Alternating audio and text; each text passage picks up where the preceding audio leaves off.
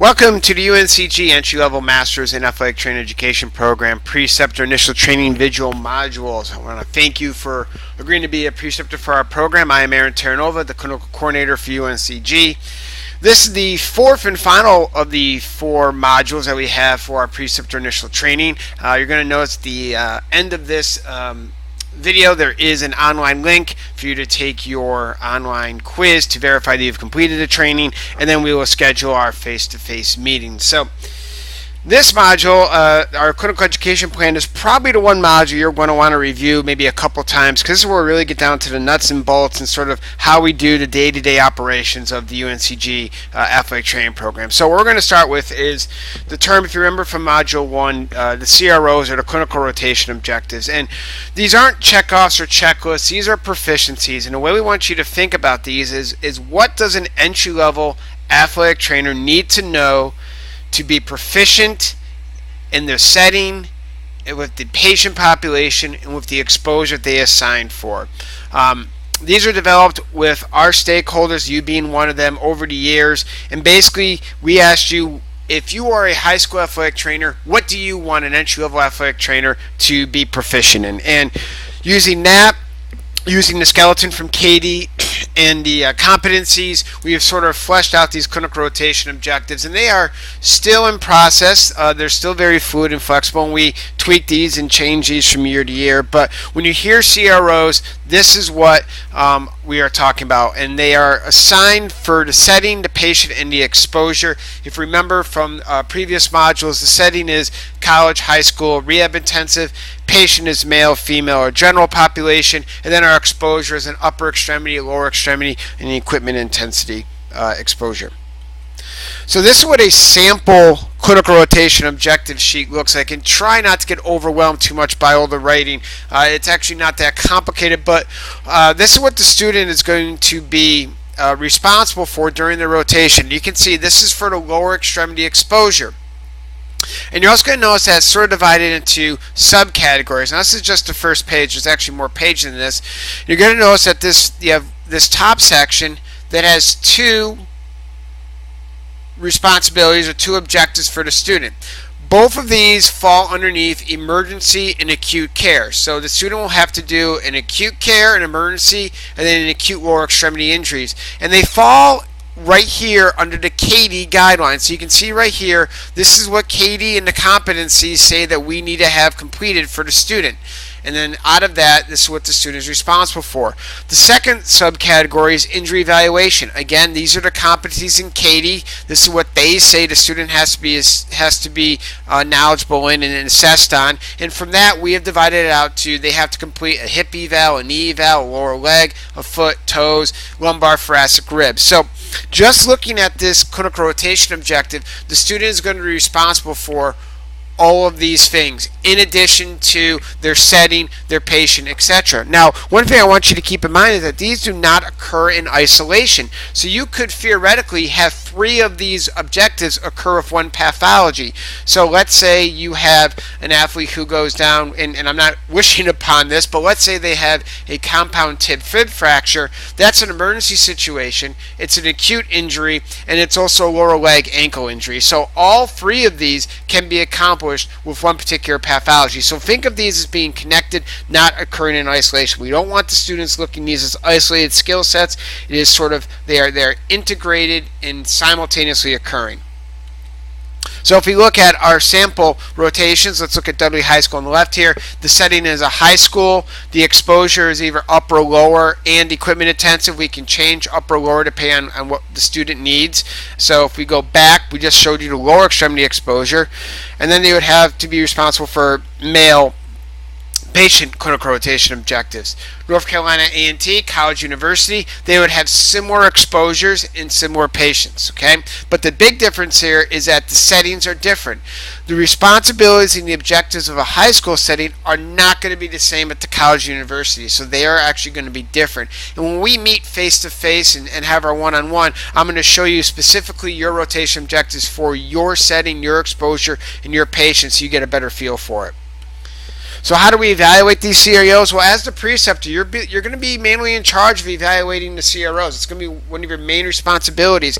And the most common and the way you're mostly going to be involved is the global evaluation. We're going to go through those.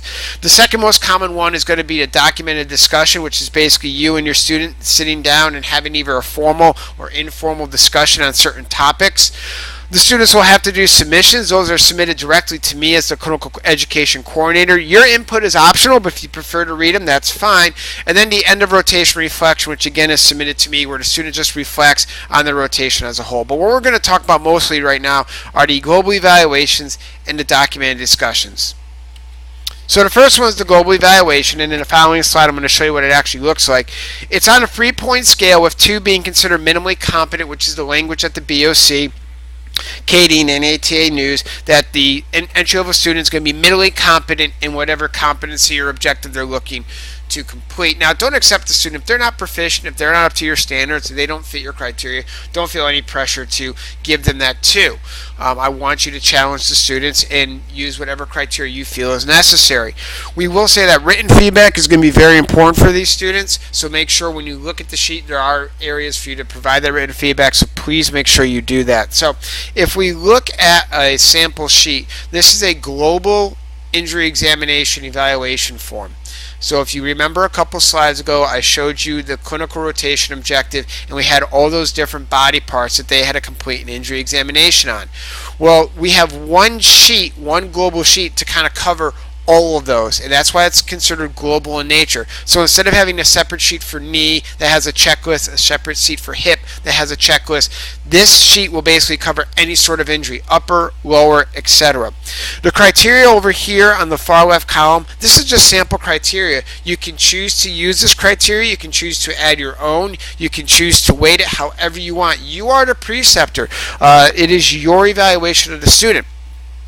So what we want you to do is, the student will obviously put their name here. Let's say they're assessing a ankle sprain, the date that it's occurred on. We want these as many to be real time as possible. We don't want to do a lot of simulations, but we understand sometimes that has to happen. And here's your 3-point scale. Again, 2 is minimally competent, so we want a 2 or greater. The student is considered passed on this skill. Here are your criteria, which again you can choose to ignore, you can weight, etc. Now the reason there are 2 attempts here, not so much that they have to do 2 attempts, but let's say that they score a 1.5 on their first attempt, you give them feedback. When they reassess or redo this, they can see their feedback, and you can write how they've improved, or hopefully not regressed, and giving them a new score. So it's a chance for them to actually visually see their improvement and their learning over time. So let's go through a sample. Just kind of keep this in mind. And here's a sample evaluation. So again, we have an ankle injury, and they completed an in-depth history for 3 differentials. They palpated all the structures and confirmed 2 of their differentials. They only performed the anterior drawer, which confirmed their final differential diagnosis. They did not do range of motion, manual muscle testing, or a neurological exam. They admitted all 3 of those. But their assessment was in conjunction with you. They adequately documented their evaluation when they completed, so how would you score their performance? So if you go back and you look at your global evaluation form, how would you score? A 1, a 2, a 3, a 1.5, a 2.5, etc. This is where you have the flexibility and the autonomy to basically weight this as much as you want. Maybe you think that range of motion is very important, and therefore you are not going to give them a 2. Maybe you think, well, hey, the end justifies the means. They got what they got. So think about this right now and how you would personally score this person. I'm going to give you a couple seconds again and kind of look at the scenario and just sort of think about it, and what would you give them on their performance?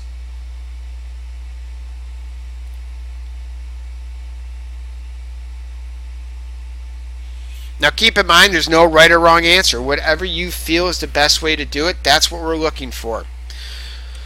So again, a quick review. What's going to happen is, let's say the student performs a rotation objective like that ankle injury that we just showed as an example. You observe the student. Ideally you want them allowed to finish, but again, if you have to physically intervene on behalf of either the student or the patient, please do so.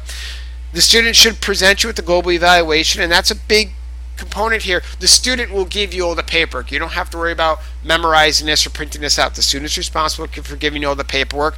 We'd like you to assess that global evaluation, give them written and verbal feedback, and then the student will turn the paperwork in with a bi-weekly report, which we're going to talk about in a second here. All right, so that's your big assignment here, or your big assessment is going to be mostly these global evaluations, and as you get the hang of it, they'll actually become almost second nature to you. Your second main way that we evaluate our clinical rotation objectives are through discussions, and this is going to be on a variety of topics which are going to be listed, and the student will know what the topics are, and this could be a formal one, an informal one. When I was a preceptor, I thought the best way to do a lot of discussions would be to, if there's some downtime during practice or maybe they're in film session, okay, let's talk about one of the topics you have to talk about. Feel free to give them supplemental reading, so if you know that they have a topic on, let's say, the female athlete triad, maybe you want to, maybe you just read a recent article on it, have them read the article for homework, and then you come back the next day and you have a discussion. These can be as formal or as informal as you wish. Now, the other big part of your administration work is going to be what we call a bi-weekly report. These are due every other Wednesday, okay? So it's basically a recap, a rehash of your 2 weeks with your student. They're due on Wednesday. They come directly to me as a clinical coordinator, and I get to review them. And there's two real sections to it. The top part, the student needs to fill out prior to your meeting. Now, some preceptors will have their meeting with their student on, say, a Monday or a Tuesday. That gives enough time to sort of process the paperwork, and then the student hands it in to me on a Wednesday.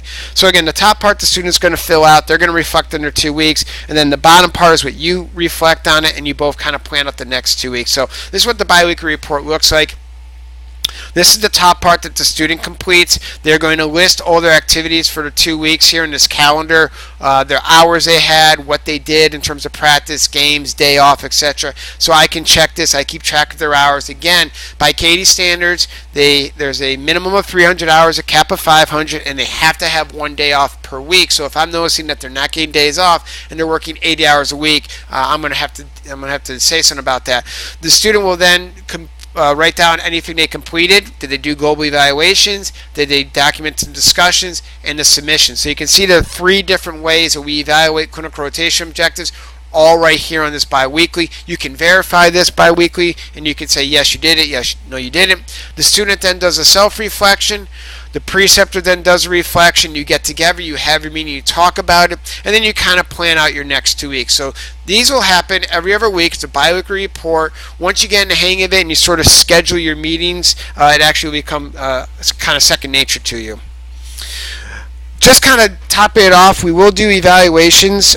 They have mid and end term evaluations. These are going to be online, and hopefully we don't have to wait to these mid and end rotation evaluations to address any problems. The bi-weeklies are there for that. Again, feel free to contact me about any sort of issues, and again, feel free to contact me if you have good things to say about our students, because we like to hear about those too. The student's responsible for everything. It's their education. You're just a facilitator, so make sure that you understand that the student's going to be responsible for that. You communicate your expectations. You have certain expectations for the way you want to run your clinical site. Make sure you communicate that with your student early. When we have our face-to-face sit-down, we'll talk about the clinical site orientation form, which you'll do at the beginning of your rotation, and that kind of brings it all together. So wrapping up, if you have any questions, feel free to contact me. That's my office number. Email is going to be the best way to get in contact. So please, anything that's coming up, you have questions, comments, concerns, something doesn't make any sense, that's fine. If you have some good news to pass along, please feel free to email me. You are going to be able to receive one CEU for attendance today and doing all these videos. It actually goes into category D when you're doing your CEU report. If you notice that all 4 videos about 15 minutes long, so that's about an hour, so you're going to get one CEU for that. I do want to thank you once more. We can't do what we do without your help, without your input. So if you have anything you think we should be doing for our program, please, we love the feedback. Again, our preceptors are the strongest points for our program. You guys do a fantastic job. And with that, please click on the link below. And this link will also be available in the comment section of the YouTube video. Please click on this link to complete your quiz. And I just want to thank you so much for being part of the UNCG family. And I hope to look forward to seeing you guys at your site visits. Thank you very much, and take care.